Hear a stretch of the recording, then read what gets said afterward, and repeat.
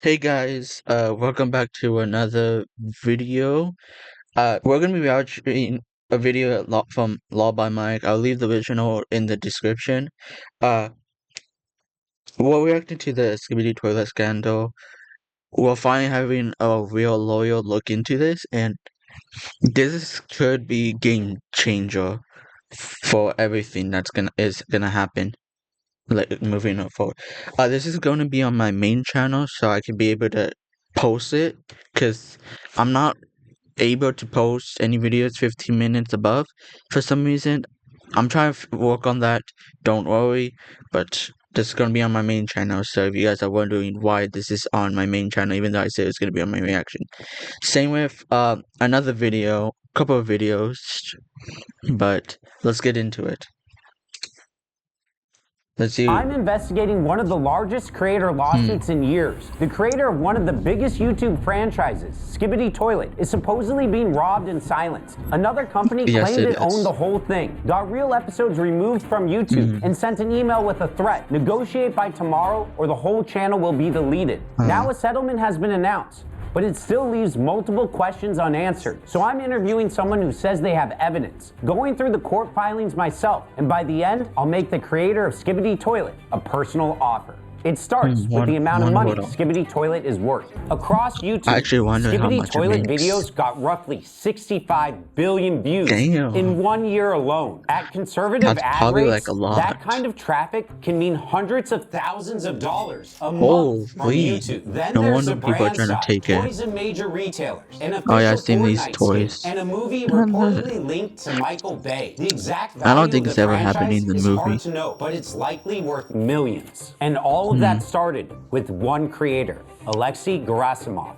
A few years ago, Alexei signed a copyright assignment contract with Invisible Narratives, a U.S. entertainment company. That contract transferred the main copyright and trademark rights for Skibidi Toilet to Invisible Narratives. Invisible Narratives also reportedly got the exclusive right to run the Defuk Boom channel and a portion of the advertising revenue. Then, in late 2024, a company called Next Level Apps registered in a free trade zone in Nevada and filed a trademark application for the name Skibidi Toilet. But they didn't just file once. They filed dozens of product categories, registered SkibidiToilet.com, and pushed knockoff Skibidi games I heard about it. That trademark filing gave them something dangerous, a piece of paperwork they could use to say Skibidi Toilet is theirs. Next Level says one of its co-founders posted a game idea on a Ukrainian forum back in 2020. The ideas were toilets with human heads fighting camera-headed humanoids. They also showed a bunch of different visual evidence. So Next Level's argument is we didn't steal Skibidi Toilet. Boom and Invisible copied us. But as a lawyer, this is where I separate an idea from ownership. Copyright doesn't protect a general... I would say something. The skin, the outfits, like the cameras, the TVs, and the cameras or whatever, no one can officially own them because like the outfits and the heads and the toilets, they don't officially belong to any group. They belong to the people who made like Gary's Mod or Half-Life. It belongs to like at least the people who made Half-Life, because those are where the outfits came from in the first place. So no one can own the outfits or the toilets or anything. Honestly, they can't own the characters itself. So it's kind of stupid how like they're trying to like say it's those, but technically the outfits doesn't belong to them. Camera people. It protects the actual expression, the art, characters, videos, and story that were created. And Next Level's so anyone can just make any story or artwork with it. So this ownership argument seems weak. Later we'll discuss how Alexei has been silenced and how most fans believe something sinister may be going on. But next is the scary part. Next Level submitted this form claiming it owns Skibidi Toilet. It's a DMCA takedown notice. It's a legal tool used to tell a platform, this video stole my work. People can abuse it so bad. B movie to YouTube. The creator of the movie could say, hey, that's not yours, that's ours. please take it down. And then YouTube would then have the creator take it down. At the bottom, it says something like, I declare under penalty of perjury that I am the copyright owner. That means you're legally swearing it's true, but the system doesn't check whether it's true before the video comes down. YouTube has a strong legal incentive to remove the content once the form arrives. Under the DMCA, platforms get something called a safe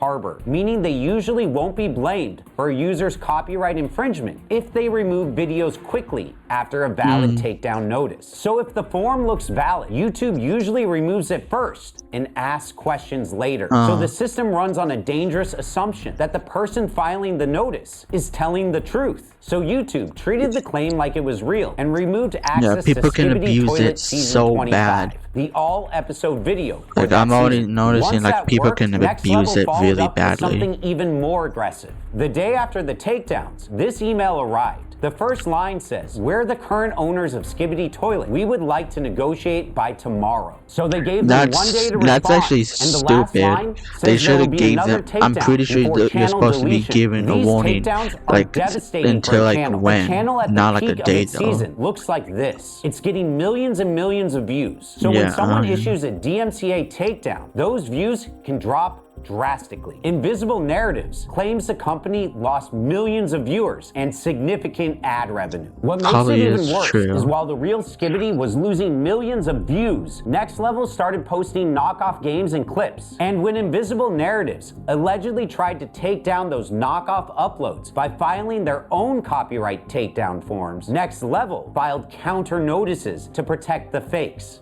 Yeah, it was extremely messy. A federal judge in Northern California looked at the whole case, then granted an emergency temporary restraining order, which is a court order meant to stop someone before more damage happens.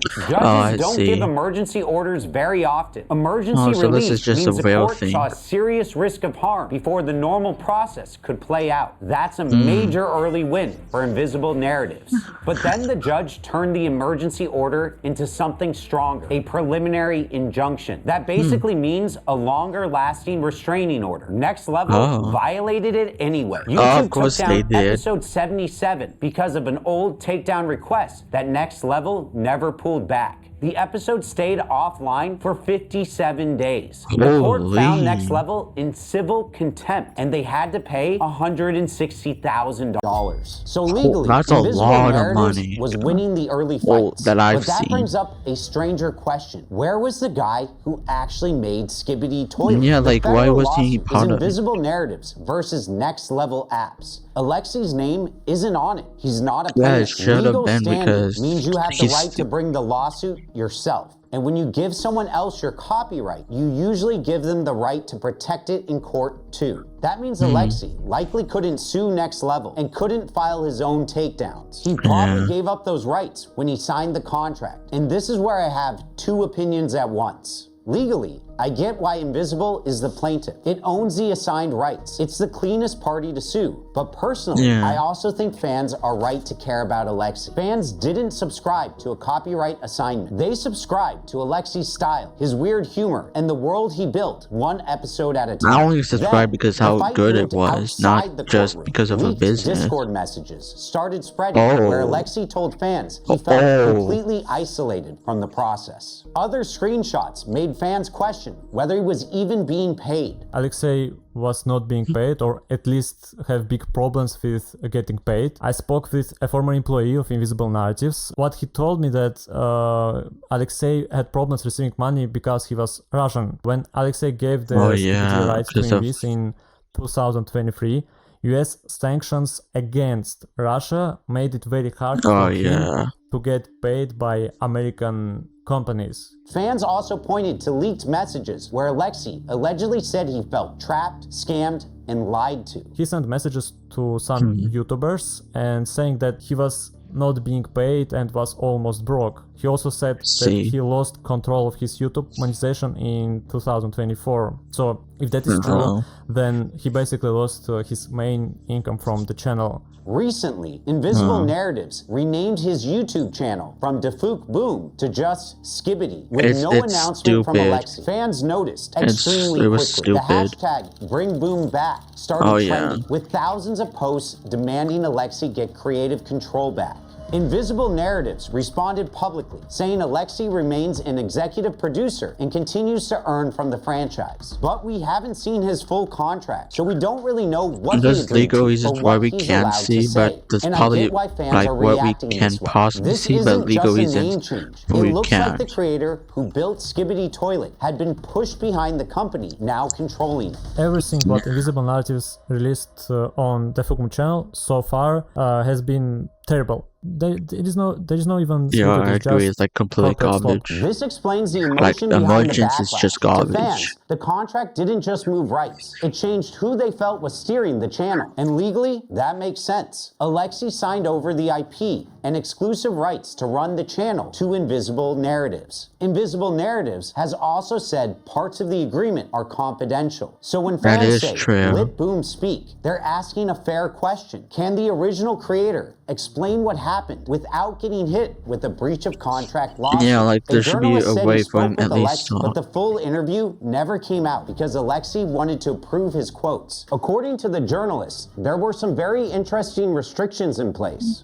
He is not allowed to publicly speak on Invisible Narratives, Skibidi Toilet, or his contract. That backs up what fans are worried about. I understand not the contract, but there should be at least space or like a new contract for him to talk. It didn't tell Alexei to stay quiet. It And says then it they can bring encouraged him back to the old speak, one. at least to trusted it makes more creators. sense. But one screenshot Invisible published shows Alexei saying he was staying inside boundaries that were safe for him legally and reputationally. But the question remains, what can Alexei actually say without violating his agreement? Do you think Alexei needs a lawyer? Yeah, I think he definitely needs a lawyer. Fans deserve a clear answer, and Alexei deserves the chance to speak for himself. So Alexei, if you're watching this, you may have signed something that prevents you from publicly discussing aspects of your contract. But I got good news for you. No one can keep you from talking to a lawyer. That is Reach true. out to me. We can see if there's a legal way to help. But this is where the story the starts to feel tides are backwards. changing now. While Invisible Narratives was fighting copyright strikes in court, it also started allegedly threatening using copyright strikes on fans. Yeah, for I've example, seen it. Dutcher Flautin, a big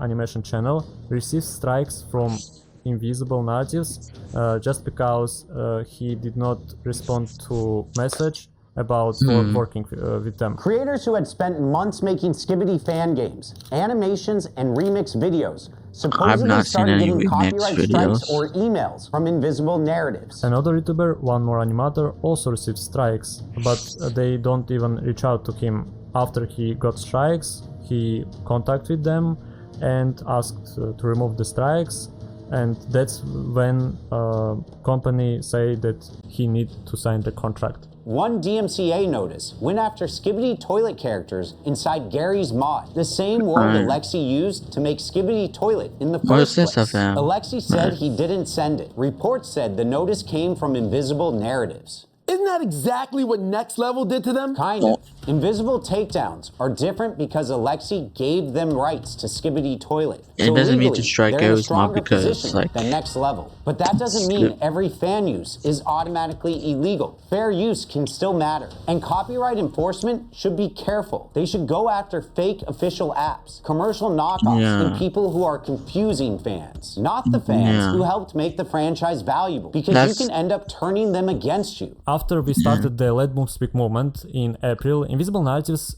and their consultant David started sending strikes to Skibidi fan channels.